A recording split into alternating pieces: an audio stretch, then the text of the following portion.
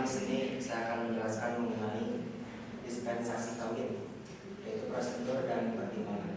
Jadi dispensasi kawin adalah izin pengadilan untuk menikah di bawah usia minimal dengan prosedur yang melibatkan permohonan ke pengadilan agama, mempertimbangkan psikologis, sosial, dan kepentingan terbaik si anak.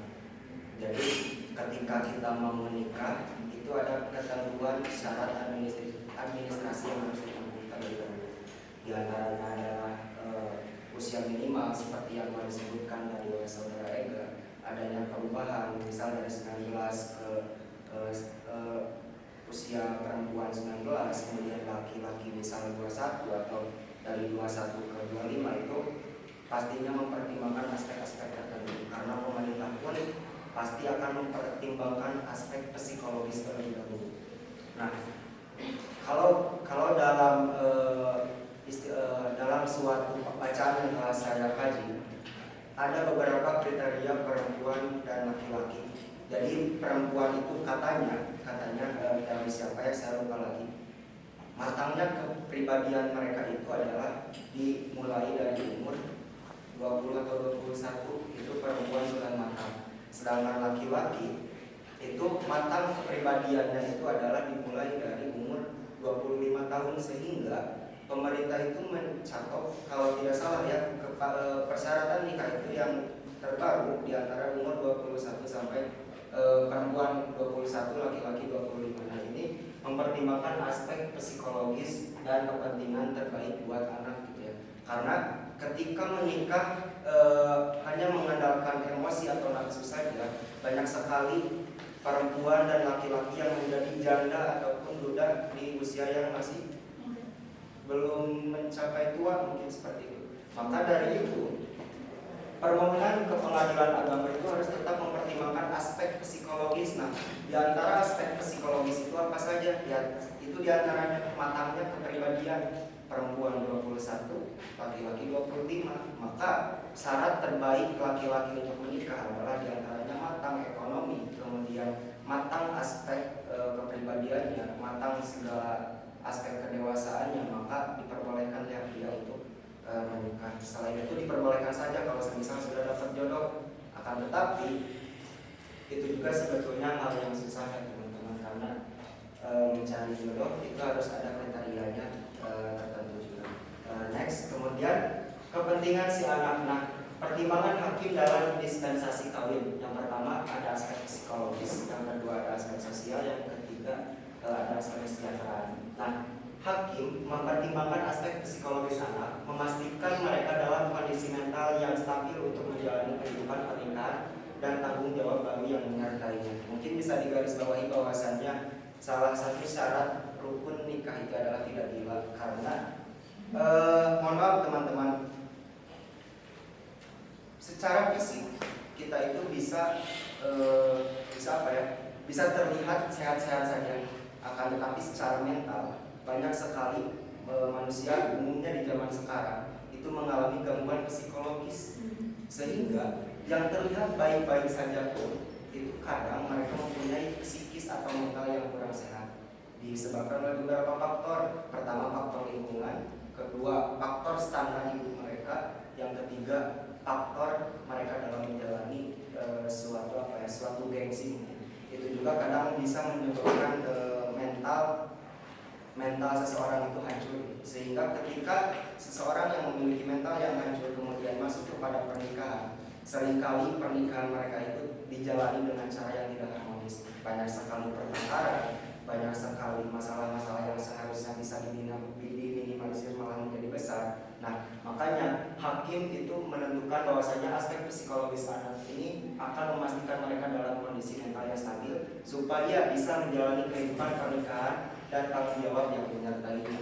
Kemudian yang kedua, kepentingan anak dalam aspek sosial. Nah, faktor sosial menjadi pertimbangan penting, termasuk potensi konflik dalam keluarga dan dampak pernikahan dini terhadap hubungan sosial anak di masyarakat. Jadi hubungan sosial ini adalah salah satu cara komunikasi yang terbaik mungkin, bagaimana baik si pihak perempuan maupun pihak laki-laki mendapatkan perlindungan yang baik, kemudian cara komunikasi mereka yang baik. Ini menentukan bagaimana supaya pernikahan ini tuh menjadi lebih absurd, supaya mereka tuh tetap berjalan dengan cara yang hubungan sosial anak di masyarakat yang baik.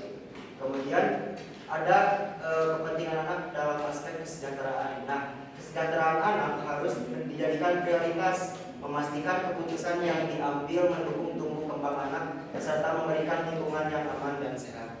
Jadi kalau semisal ya ada pihak yang mau menikah, namun di dalamnya itu tidak dijanjikan keamanan, maka itu akan terjadi salah satu konflik yang ada di dalam rumah tangga itu sendiri.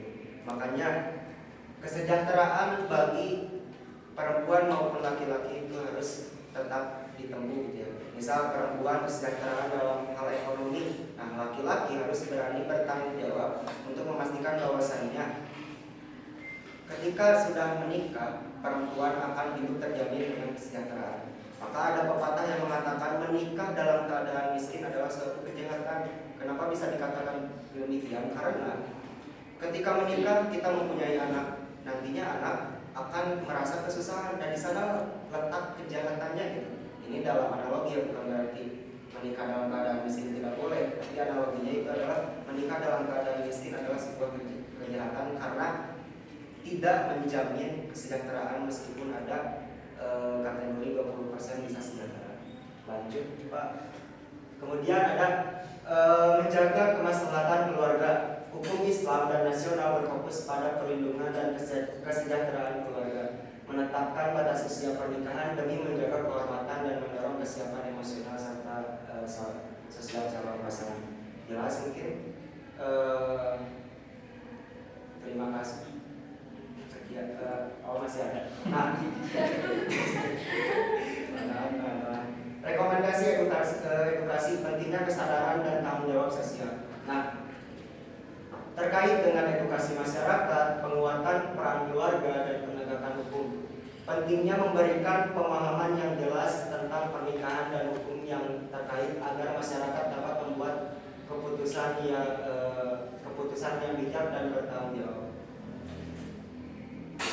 Kemudian yang kedua, kita harus memberikan penguatan dan peran keluarga. Keluarga sebagai unit sosial harus berfungsi untuk mendukung anak-anak dalam memahami arti pernikahan dan pentingnya kesiapan mental secara fisik sebelum memasuki ikatan suci.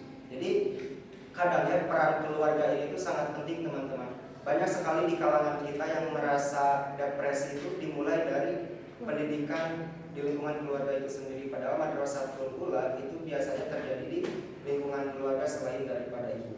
Nah, kemudian keluarga yang tidak harmonis ini sekali lagi menjadikan bahwasanya kondisi mental si seseorang menjadi tidak stabil. Nah, makanya edukasi tentang pernikahan, tentang bagaimana cara menjalin hubungan dengan seseorang itu wajib diatur dan dibatasi oleh pihak keluarga itu sendiri. Kemudian penegakan hukum. Nah, penerapan hukum yang tegas terhadap dispensasi kawin yang tidak mendesak akan membantu melindungi anak-anak dan memastikan pernikahan dilakukan dengan dasar yang benar dan matang gitu ya.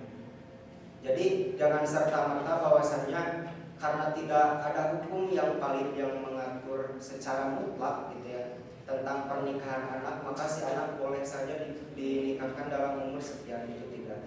Jadi ada aspek-aspek yang harus tetap diperhatikan. Pertama tadi aspek psikologis mungkin, kedua aspek ekonomi, aspek kedewasaan, aspek tentang cara komunikasi kita dengan pasangan, aspek dalam pengetahuan kita dalam berumah tangga, baik itu secara agama maupun secara negara, itu harus tetap diperhatikan. Nah, kemudian hal yang tiga ini menjadikan tata cara yang penting supaya nanti dalam pernikahan kita bisa menjalin keluarga yang sakinah, mawaddah dan warahmah. Lanjut Pak. Sekian pernikahan berkah, ibadah dan tanggung jawab bersama. Lanjut. End of slide, so click to exit. Terima kasih. Wassalamualaikum Assalamualaikum warahmatullahi